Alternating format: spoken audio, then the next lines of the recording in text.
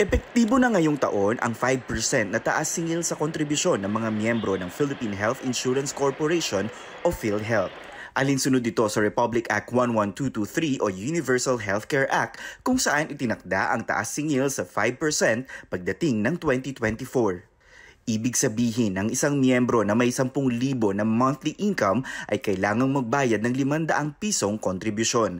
At kung mataas pa rito ang buwan ng sahod, maaaring umabot sa 5,000 ang kailangang bayaran. Yes, tuloy na po. It has taken effect po already, no? So far, wala po kaming nare-receive na message or directive from Malacanang, no? So, we are just following the law po. Paliwanag pa ng PhilHealth, kailangan ng taas singil para maiangat ang kalidad ng benepisyo ng mga miyembro. We're planning to increase the benefit packages po across the board. And we've already started doing that.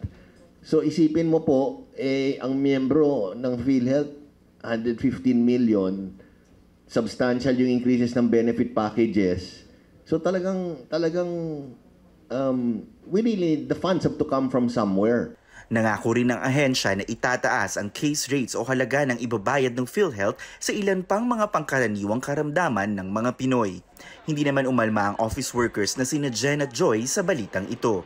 Kung mabilis po yung proseso po ng pagkiklaim, much better po.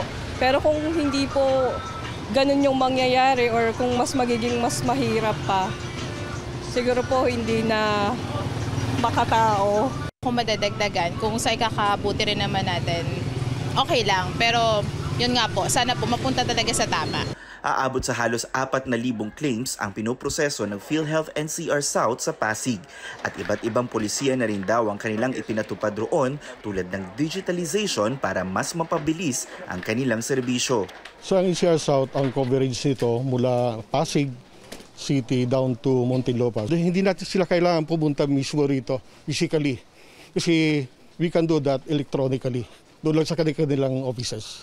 And then, humingi din tayo ng additional manpower.